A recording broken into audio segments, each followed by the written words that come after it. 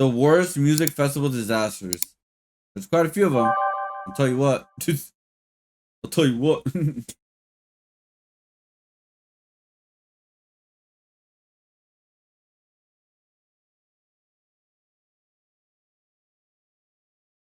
Music festivals and concerts are a blast, where you can experience live music with a ton of people looking to have a good time. But they don't always go so well. From leaving hundreds of fans stranded on an island in the Bahamas to huge riots with multiple people even dying at some of these events. These are the biggest concert disasters in music history. Starting off with the infamous Fire Festival. Fire Festival was supposed to be... They're supposed to be a Fire Festival too, by the way. On an island in the Bahamas with a bunch of influencers, tons of big artists, gourmet food, luxury accommodation, rip-off food, even a treasure rip-off prices, $1 million in prizes. The trailer made it look like the festival of a lifetime. However, this was not at all what fans ended up getting. Firefest was an idea created by a guy named Billy McFarland alongside the rapper Ja Rule. They wanted to make an app called Fire for booking talent, so this was their way of promoting it. They came up with the idea of having it hosted on a Bahamian island, so it would be some sort of vacation getaway festival, and I don't think this has ever been done before, so it was a pretty vapid goal. So in 2016, Billy leased the island and went straight to promoting the event with a bunch of supermodels like Bella Hadid. They also paid a bunch more influencers. It was like Kardashians were paid too. Instagrams with people like Kendall Jenner shouting. Yeah, there was a bit of a problem. The island that they leased, Norman's Key, was thought to be owned by Pablo Escobar. When Billy leased the island, they said, "Do not mention Escobar." Regardless, though, Billy said that it was owned by Escobar during his promo run, which led to the owners of the island canceling their agreement with him. So Billy and his team had 4 months to figure out a new island and plan everything and restart. Most normal people would have canceled it, but not Billy.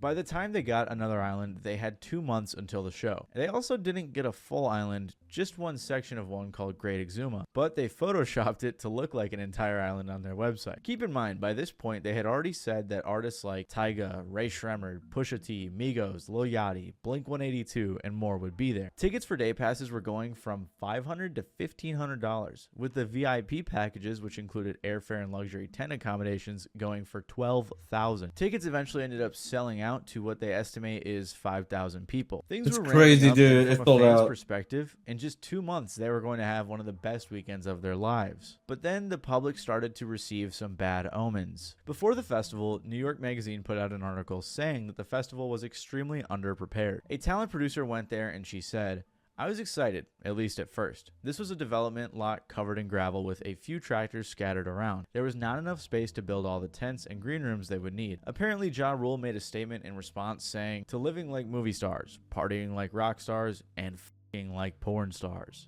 and decided to keep going. Then Wall Street Journal reported that some artists hadn't been paid what they were owed. With only weeks until the festival was supposed to happen, things were looking rough. A documentary maker said it well when they said, "The organizers had 6 to 8 weeks to pull off something that should have taken close to a year. They gave up on the idea of luxury villas and started using hurricane tents that looked like little domes to make the housing." Billy also enlisted the help of a ton of locals who he needed for assistance with setup, and he promised to pay them after the festival. Problems kept popping up, so what Billy did was lie and lie to more and more investors to get their money, and he was basically just paying his way out of every single issue that would pop up. I lied to people. I lied to investors. I lied to sponsors, and the lies were around this idea that I had where I needed to raise more money, or I thought I needed to raise more money to execute the festival. I did everything I could to try to pull that festival off. Looking back, there were thousands of management decisions I made that were totally wrong and totally incorrect that, of course, contributed to the failure. But at the end of the day, I lied to a lot of people who were supporting me and were supporting the vision, and that's inexcusable. Then, one day before the festival was set to begin, artists started pulling out. Blink-182 came out and said they aren't performing because they were not confident that we would have what we need to give you the quality of performances we always give our fans. Oh my God. There was a big storm on the island that ruined the festival grounds, which at the time were still severely underprepared. The following day, fans started to arrive, and this is when things went terribly wrong. This is what the luxury villas were supposed to look like according to the website, but fans got something way different. Immediately, it was a disaster. With the luggage all being mixed up, people having to fight over tents and mattresses that weren't soaking wet, and no one had any idea what to do. And the gourmet star chef catered food thing didn't happen either. Instead, they were given cheese sandwiches. You guys ever had a cheese? I don't think I've ever had a cheese sandwich. One attendee posted a video to Twitter Real saying, cheese? "So, Firefest is a complete disaster. Mass chaos, no organization, no one knows where to go. There are no villas, just a disaster tent city." I mean, look at the security lockers that they were provided. As you guys can imagine, this was a huge failure, with tons of concert goers basically stuck on an island with no concert, hardly any food, and everyone trying to get home. And since there were so many people there, this was a very public failure, and you can watch tons of videos on YouTube of people Documentaries, vlogging their Netflix, experience. Ja everything, Rule yeah. made a statement saying, "We are working right now on getting everyone off the island safe. That is my immediate concern. I will make a statement soon. I'm heartbroken at this moment. My partners and I wanted this to be an amazing event. It was not a scam, as everyone is reporting it. I don't know how everything went so left, but I'm working to make it right by making sure everyone is refunded. I truly apologize, as this is not my fault, but I'm taking responsibility. I'm deeply sorry to everyone who was inconvenienced by this." I had to Not include my that quote. fault. It's just so funny how he really tried to emphasize it's not my fault, it's their fault. And as you'll see, to be fair to Ja Rule, he was right. They announced the next day that the festival was canceled and that they were trying to get everyone home safe. And this is the part where everyone found out that Billy was scamming. Like I said, he was getting a ton of money from investors, promising all of these returns, and then not giving any of it back. He never even ended up paying the locals that he hired to help him. So in 2018, Billy was charged with wire fraud and was sentenced to 6 years in prison and was ordered to pay back $26 million in restitution. Like I said, Ja Rule didn't end up getting in trouble because he wasn't really that involved. But since Billy was lying to all of these people, made all of these false promises, and caused so many problems for the travelers and locals, he got a lot of backlash. And I think the people who really suffer the most from this are the locals. I don't feel too bad for the concert goers. I mean, there was even a restaurant owner who gave $50,000 of her life savings to help cater. And as you can imagine, she was not paid back. So this was very clearly a huge public failure. And I think the funniest part of this entire situation is after getting out of jail, Billy tried to do a fire festival. Fire Fest 2, yeah. Billy said there would be a Fire Festival 2 and wanted it to happen in late 2024. He put out 100 tickets for $500 immediately, likely looking for some initial funding. Originally, it was going to be hosted in the Caribbean, but in February of 2025, Billy announced it was going to take place in Mexico in May and June of 2025. They put out 2,000 tickets for sale, ranging from $1,400 to $1.1 million, which is an all-exclusive for 8 people. And they were also promised they would be in some sort of documentary. Then the festival was supposed to take place in Isla Mujeres, I think I said that right, but they said they knew nothing about it. So again, the location was changed to Playa del Carmen in Mexico. After all of this, obviously people do not believe Billy at all, and Nobody bought it, right? Took a turn for Nobody the bought it, worse right? again. And that was when Fire Festival 2 was indefinitely postponed. On the bright side, ticket holders got full refunds, and Billy did an interview with CoffeeZilla to explain what happened. What is actually happening? Is this still happening, or it seems, or are people getting refunds, or both? So both. One, Fire Festival 2 is still happening. The date has not been set. We have an offer, locally in the New York City area to do it on the same dates, and then we've also have a couple of different Caribbean island countries that the team is doing site visits with over the next couple of weeks. So the location would determine the dates, and that would obviously determine if it's postponed. In the meantime, ticket holders are being refunded. So yeah, we are certainly refunding people and hoping they will, rebuy once Fire Festival 2 is announced. The funniest part about this interview to me is Billy explaining that he understands why criminals get out of jail and then go back to their lifestyle. Which doesn't really sound great, in my opinion, when he's talking about doing Fire Festival 2. Getting out of jail is really hard.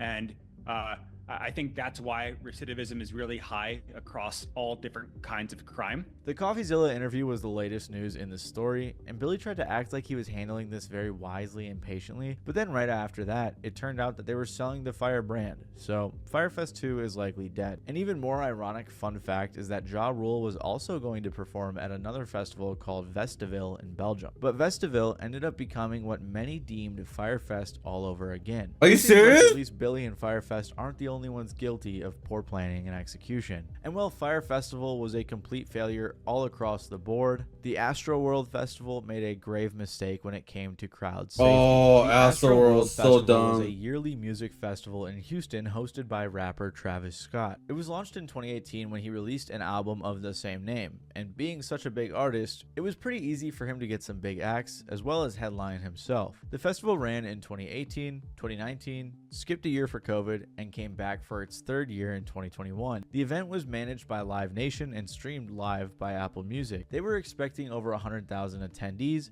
but because of safety concerns, It's so dumb, like Astroworld, because like his whole music was like kind of like riot kind of thing, like super energy, that kind of like break the rules, all that kind of stuff. Because I think I saw, I don't remember if it's like actually Chicagores or it was just people like who live in Texas, who pretty much well, what's going on with my leg? Hold up, what the hell? Ow, so weird. The whole like they just broke the gate and just started running towards the stage.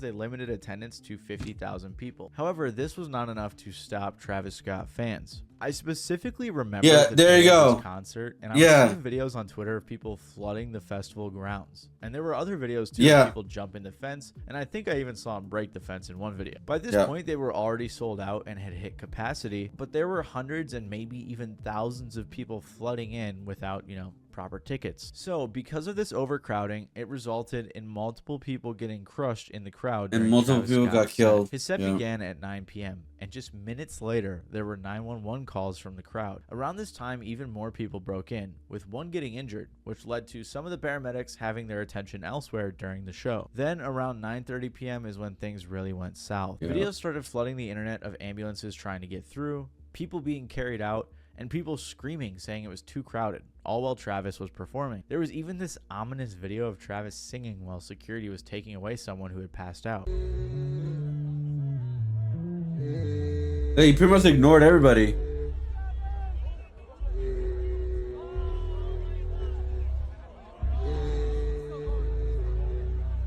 He did stop the show 3 times, so it appeared he was trying to help when possible.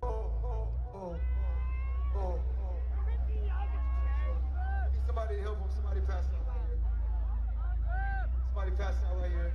Hold on, don't touch him, don't touch him. Everybody just back up.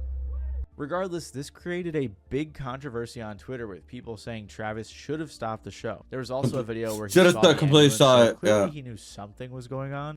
Yeah. What the fuck is that? And there were even videos and pictures of fans dancing on top of the ambulance that was ever so slowly trying to make its way through the sea of people. There was also videos of people chanting for Travis to stop the show. People were begging the cameraman to stop the show, and it was just chaotic. The concert ended after 10 p.m., and by that point, 8 people had passed away. And days later, in the hospital, 2 more people passed away as well. The youngest of victims was just 9 years old, and the oldest was 27. I don't know how the 9-year-old got there, by the way. Very young. The cause of death was compressive asphyxiation because they were crushed in the huge crowd. I actually had a friend who was at this festival, and he said he was a ways in the back, but he said he had no idea that people were literally dying as he was just enjoying the concert as normal. Regardless, this was the deadliest rap concert in history and one of the deadliest in the United States. Right after the festival, Travis Scott responded on his Instagram. I just want to send out prayers to the ones that was lost last night. We're actually working right now to identify the families so we can help assist them through this tough time. You know, my fans. That became a meme, like, my fans really mean the world to me. That became a meme, I believe, right? I always just really want to leave them with a positive experience. And anytime I can make out, anything that's going on, I stop the show and, help them get the help they need, I could just never imagine the severity of the situation. We've been working closely with everyone to just try to get to the bottom of this. The city of Houston, HPD, fire department, everyone to, help us figure this out. So if you I mean, how much did he really feel bad? Because I believe within like next couple of days, he went to a strip club. If you have any information, Allegedly. please just contact your local authorities. and this response was terrible. Between the black and white filter and him just rubbing his head the whole time, it came off as really disingenuous. But some fans think that Travis Scott really was upset. Years later in 2023 on the track My Eyes, Travis said, "I replay them nights and right by my side, all I see is a city of people that ride with me. If they just knew what Scotty would do to jump off the stage and save him a child." Regardless, to this day, a lot of people blame Travis Scott. An investigation was opened immediately after the incident and the second night was canceled. It turned out that 23 minutes into the show, a cameraman radioed the production team to tell them that people were dying. Apparently though, the production team didn't understand how real that plea was, so they just kept things going. A concert goer said by the second or third song that they saw multiple dead people on the ground. Oh my Investigation God. showed that they were knowingly underprepared and understaffed. The Houston police had warned Live Nation that the venue was too large for them to handle. Apparently, some of the audio team actually told Travis what was going on. Tons of lawsuits were filed, but Travis never really suffered too many consequences. Because at the end of the day, the understaffing and overcrowding was the biggest problem, which caused fans to blame event organizers. And the police report never led to Travis facing any legal repercussion. However, a lot of people still like to blame Travis because of his overall attitude about his concerts that he's talked about years prior on other songs. For example, on his song Stargazing, where he says, "It ain't a mosh pit without no injuries." And there was even a video of him encouraging fans to jump over the fence at a previous concert. Yeah, there you go. Yeah. All real Rangers fans, jump over the fence now and get here right now. Let's go. Security, don't you touch him. Don't you touch him. So because of these things, a lot of people did place the blame on Travis. There were also a lot of crazy conspiracy theories saying that this was some sort of satanic ritual. Oh my added God. more fuel to the chaotic fire. Not too long after the festival, Travis did an interview with Charlemagne the God in which he said he didn't think he was to blame. Some people say your music played a role in this. Like I've seen them, cite lyrics, that encourage this kind of behavior. I've seen them say your music is demonic and this was a satanic ritual. You think your music is to blame? I mean, no. I'm a man of God, so that's the first thing first, and so it's just, yeah, that's that. And your music is just like self-expression, you know what I'm saying? And at these shows, I feel like people kind of like look at things, and if you've been to a Travis show, it's been different layers of shows, Mm-hmm. I think people are just, misconceptions and taking things they're seeing and, all type of things, and I've took pride in trying to, grow from where I was when I first recorded music to now where I'm going in music. Regardless of who's at fault, this was still one of the most poorly managed, poorly handled, and deadliest concerts in the world. This was a huge deal, especially in the rap community. I remember every single rap show I went to after this, they were always heavily stressing, like, if you see someone fall, pick them up. Let's be safe, let's be cool here. So hopefully on the bright side, this situation would inspire a new generation of safe and careful and respectful concert goers. And while this concert was just another in the long list of deadly music festivals, Woodstock 99 may take the cake for the most notorious music festival of all time. Woodstock 99 was the second attempt at recreating the glorious Woodstock Festival of 1969. It was a festival that had 32 acts performing and had over 460,000 attendees. If you don't know much about this festival, you could probably just ask your grandparents, and I'm sure they'll tell you how big of a deal it was. In 1994, they attempted to recreate it, but this festival wasn't anything special. But nothing would compare to the second time they tried to recreate the original Woodstock hype in 1999. The festival was located on the previous Griffiths Air Force Base in Rome, New York. Already, it's a pretty rough start with how hot and dry this area was, especially since most of the festival grounds okay, I have an idea what happened. Air Force tarmac, and apparently the temperatures got as hot as 100 degrees Fahrenheit or 30. It got too hot during the concert weekend. When planning similar to the Astroworld Festival, they were understaffed and had a large amount of people there, with people even making fake passes to get in. They estimated that the amount of people that attended was 220,000. They were also charging a lot of money for food and drinks, while only having a small amount of bubblers throughout the festival grounds. This was because of poor planning and a lack of supply. And towards the end of the festival, water bottles costed up to $22 in today's money. The heat coupled with the lack of water was not a good start to the festival, but things carried on. So like I said, the crowd was hot, drunk, agitated, and really they were just trying to have some fun. We've We woke up one morning, there was no damn water for like half a day, man. I mean, everybody was bumming. This was hot as hell.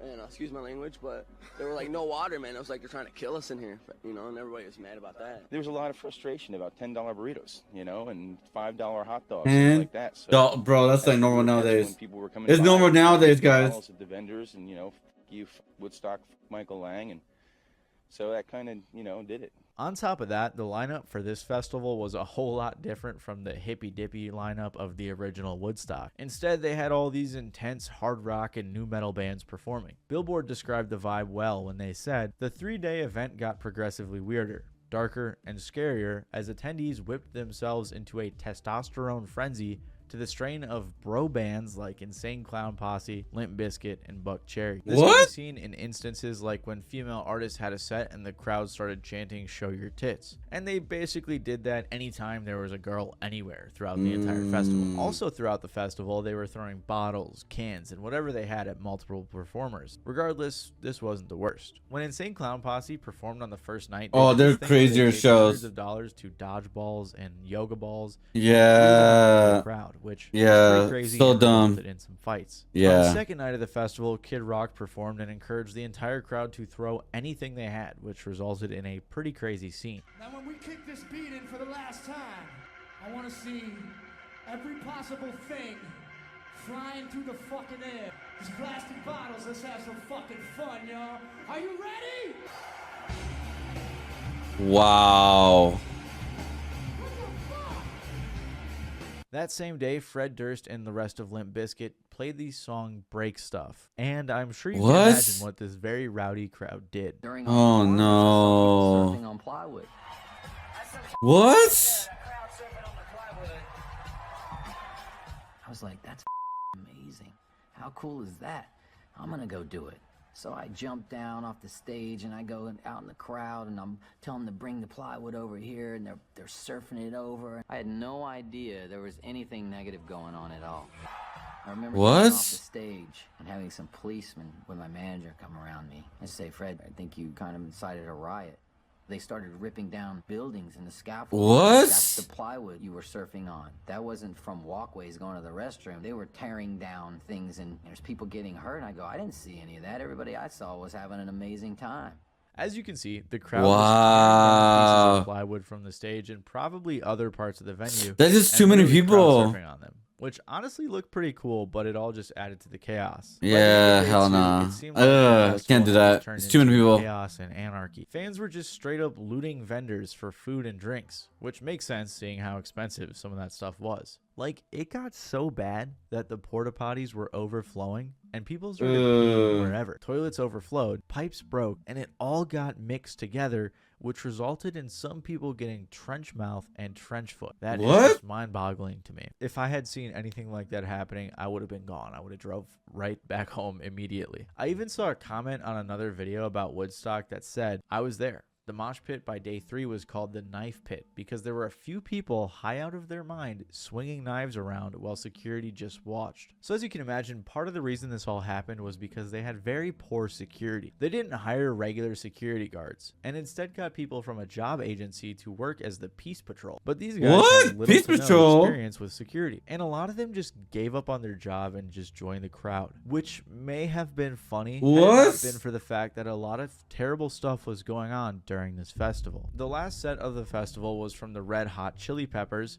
who at the end of their set wanted to do a cover of Jimi Hendrix's song Fire. And you want to know what's ironic? Earlier that day, an anti-gun violence organization had passed out a bunch of candles to attendees in hopes that there would be a candlelight vigil for victims of Columbine. But what ended up happening was during Red Hot Chili Peppers' performance of Fire, the crowd created giant bonfires using the candles, plywood, trash, and whatever else they could find. One of the fires spread to an audio tower and eventually it collapsed, and I can't believe it didn't fall on anyone. Apparently the fire department was even called, but they refused the call because they were scared of the audience, which is just insane. Like I said, it was just chaos. And eventually, though, the police were able to disperse the rioters. Regardless, the majority of everything I just talked about can just probably be chalked up to a rowdy crowd. Like, most of this wasn't too bad. Looks like an absolute war zone inside here. I can't tell you.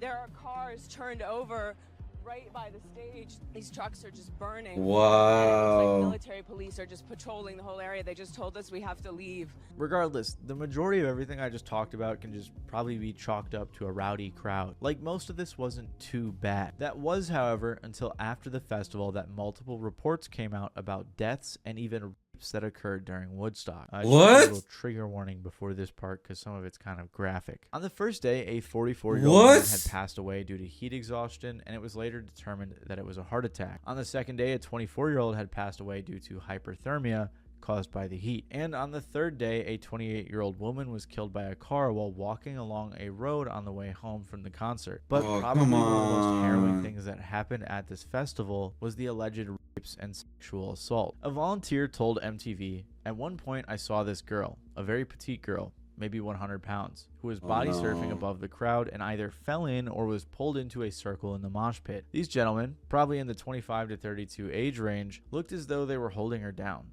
They were holding her arms, and you could see she was struggling." There were multiple other reports of rape and sexual assault as well. A police investigator told the Washington Post that 2 men cornered a 24-year-old woman from Pittsburgh in the mosh pit, assaulting her with their fingers and some type of foreign object before one of them raped her. Due to the congestion of the crowd, she felt that if she yelled for help or fought, she feared she was going to be beaten. There were multiple other reports Our society is at this disgusting. festival, but out of the 44 people that were arrested during the riots, only one person was actually charged with SA. One? Apparently, after Limp Bizkit's set, a worker from the stage pleaded, "Please, there are people hurt out there. They are your brothers and sisters. They are under the towers. Please help the medical team get them out of there. We can't continue the show until we get these dear people out of there. We have a really serious situation out there." However, similarly to the Astroworld situation, unfortunately, no one really got their help until after the fact, especially because medical services were understaffed as well. Some people tried to blame the artists like Limp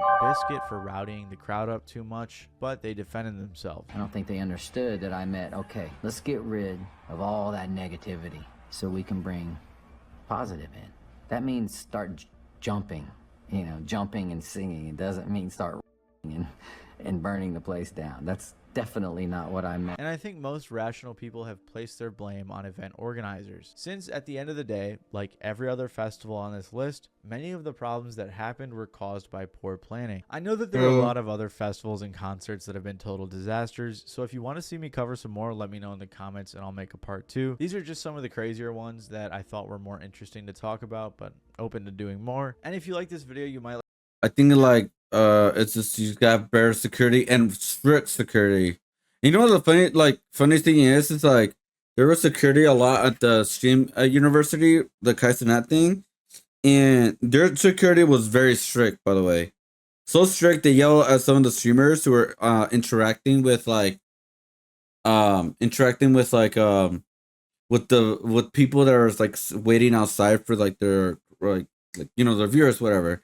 But the security yelled at the streamer, like, "Hey, don't do that because you don't know what they could have, this and that." And they take their job very serious. That's type of security you kind of want to a certain point, right? To a certain point, because you don't know what could happen, so you don't want to, you want to prevent anything for that to not happen, especially because again, people are all strangers,